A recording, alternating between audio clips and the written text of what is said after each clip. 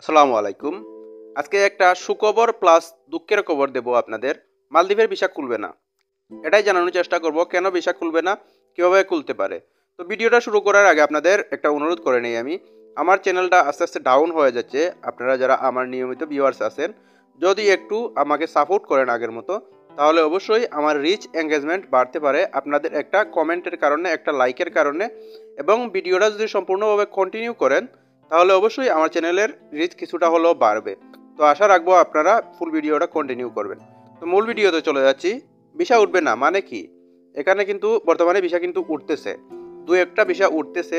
কোনোদিন দেখা যাচ্ছে 4টা 5টা ভিসা উঠতেছে, কোনোদিন দেখা যাচ্ছে 10 থেকে 12টা ভিসাও উঠতেছে। কিছু লোকজন পাচ্ছে, আবার কিছু লোকজন পাচ্ছে না। আমাকে কয়েকজন ভিসা পাঠিয়েছেন। আমি যেহেতু ভিসা চেক করতে পারি, অনেকেই আমাকে ভিসা পাঠিয়েছেন। আমার শুভাকাঙ্ক্ষী যারা আছেন তারা আমি ভিসাটা চেক করে দেওয়ার জন্য। তো আমি ভিসা চেক করেছি, প্রায় 3 থেকে 4টা ভিসা চেক করেছি। যে তারিখগুলো দেখলাম, একটা 8 তারিখ, একটা 9 তারিখ, একটা 13 তারিখ, এরকম ভিসা উঠতেছে। তো আমি কিন্তু অনেক আগেই বলেছিলাম, প্রায় 3 মাস আগে একটা ভিডিওতে বলেছিলাম ভিসা খুলবে, শিওর 100% ভিসা খুলবে। তবে আপনারা সবাই ভিসা পাবেন না। যাদের লিঙ্ক আপ ভালো রয়েছে, যাদের এজেন্সি থেকে অথবা দালালের কাছে দিয়েছেন, তাদের লিঙ্ক আপ ভালো রয়েছে, তারাই ভিসা শুধুমাত্র পাবেন। এখানে 1 লক্ষর যে ক্রাইটেরিয়াটা, এটা উঠাইয়া দেওয়া হয়েছে। তারপরে আমি বলেছিলাম 10 থেকে 12 হাজার লোক হয়তো যেতে পারবেন। তো বর্তমানেও কিন্তু এই সুযোগটা রয়েছে, 10 থেকে 12 হাজার লোক যেতে পারবেন। তো আপনার যদি ভাগ্যটা ভালো হয় তো অবশ্যই আপনি যেতে পারবেন। এবং কিছু লিঙ্ক আপের উপরও ওইটা ডিপেন্ড করে। তো আপনার যে দালাল রয়েছে, এজেন্সি রয়েছে, তাকে চাপ দিন। তা যদি ওইরকম সুযোগ সুবিধা ভালো থাকে, ভালো কোম্পানিতে আপনাকে, মানে ভালো কোম্পানিতে আপনার পেপারটা পাঠিয়ে থাকে, তাহলে আপনি যেতে পারবেন। এখানে বর্তমানে যে ভিসাগুলো হচ্ছে, এগুলো কিন্তু বড় বড় কোম্পানি থেকে ভিসা হচ্ছে, এবং তারা গিয়ে ইমিগ্রেশনে অনুরোধ করতেছে যে এই লোকটার আমার প্রয়োজন, এখানে আমার কাজের যে চাহিদা, এই চাহিদা অনুযায়ী লোকের প্রয়োজন, তাহলেই কিন্তু ছাড়পত্র দিতেছে ইমিগ্রেশন থেকে। তাছাড়া কিন্তু সবাই গণহারে বর্তমানে যেতে পারতেছে না। এটা কিন্তু অফিসিয়ালি না। অফিসিয়ালি যদি হতো তাহলে আপনারা সবাই যেতে পারতেন। এটা কিন্তু বর্তমানে আনঅফিসিয়ালি ভিসা উঠতেছে। ভিসা উঠতেছে 100% শিওর। আমি এর আগেও একটা ভিডিও দিয়েছিলাম, ওই ভিডিওতে কিন্তু অনেকেই কমেন্ট করেছেন এবং অনেকে আমাকে মেইল করে ভিসাটা পাঠিয়েছেন, আমি চেক করে দেখেছি। তো কিছুদিন আগে যে সুযোগটা তৈরি হয়েছিল, 1 লক্ষর যে ক্রাইটেরিয়াটা, ওটা উড়ে দেওয়ার পর ওইখানে কিন্তু চায়না কোম্পানিতে কিছু লোক গিয়েছিলেন, এবং সরকারি বিষয়েও কিছু লোক যাওয়ার সুযোগ হয়েছে।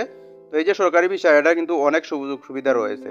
তো এটা এই ভিডিওতে আলোচনা করলাম না, পরবর্তী এক ভিডিওতে যদি এটা নিয়ে আলোচনার সুযোগ হয় তাহলে অবশ্যই এটা নিয়ে আমি আলোচনা করব। আর যারা বর্তমানে নতুন, যারা ভিসার জন্য ফাইল জমা দিবেন, টাকা দিবেন, তাদের উদ্দেশ্যে আমি বলে নেই, আপনারা অবশ্যই দিতে পারেন।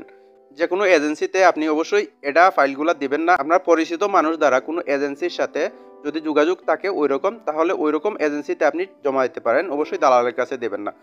আর যদি আপনার আত্মীয় স্বজনের মধ্যে কেউ থাকে মালদ্বীপে, তাহলে ওর কাছে টাকা দিতে পারেন। তো টাকার যে পরিমাণটা, ওইটা খুবই কম দিবেন। বর্তমানে সবাই কিন্তু ভিসা দিতে পারবেন না। যে এজেন্সিতে আপনি যোগাযোগ করবেন অথবা টাকা দিবেন, ফাইল দিবেন, ওই এজেন্সির সাথে আপনি এগ্রিমেন্ট করে নেবেন কতদিনের ভিতরে আপনাকে পাঠাবে, বা স্যালারি, অ্যাকোমোডেশন, এইগুলা বিস্তারিত আলোচনা থাকবে, ওটার মধ্যে এগ্রিমেন্টে থাকবে।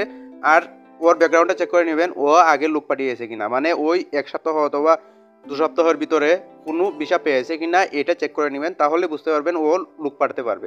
যদি ওইরকম কোনো ব্যাকগ্রাউন্ড না থাকে তাহলে অবশ্যই দেয়া থেকে বিরত থাকবেন, এটা আমি অনুরোধ করলাম আপনাদেরকে। আর বর্তমানে অনেকেই প্রশ্ন করতে পারেন এখানে যে বর্তমানে ওপেনলি কি ভিসা, অফিসিয়ালি ভাবে কি ভিসা খুলবে না? না ভাই, এটা খোলার সম্ভাবনা খুবই কম। কারণটা হচ্ছে, বর্তমানে একটা ভিসা যদি একটা কোম্পানি, এখানে দেখা যাচ্ছে একটা কোম্পানির একজন লোকের প্রয়োজন হচ্ছে, তাহলে ওটার জন্য একটা ভিসার জন্য 40 জন লোক দাঁড়িয়ে যায়, 30 জন লোক দাঁড়িয়ে যায়। কে কত টাকা বেশি দিতে পারবে, ওটার কম্পিটিশন শুরু হয়ে যায়। অন্যান্য দেশের ক্ষেত্রে কিন্তু এরকম ঘটে না, আমি নিশ্চয়ই দেখেছি।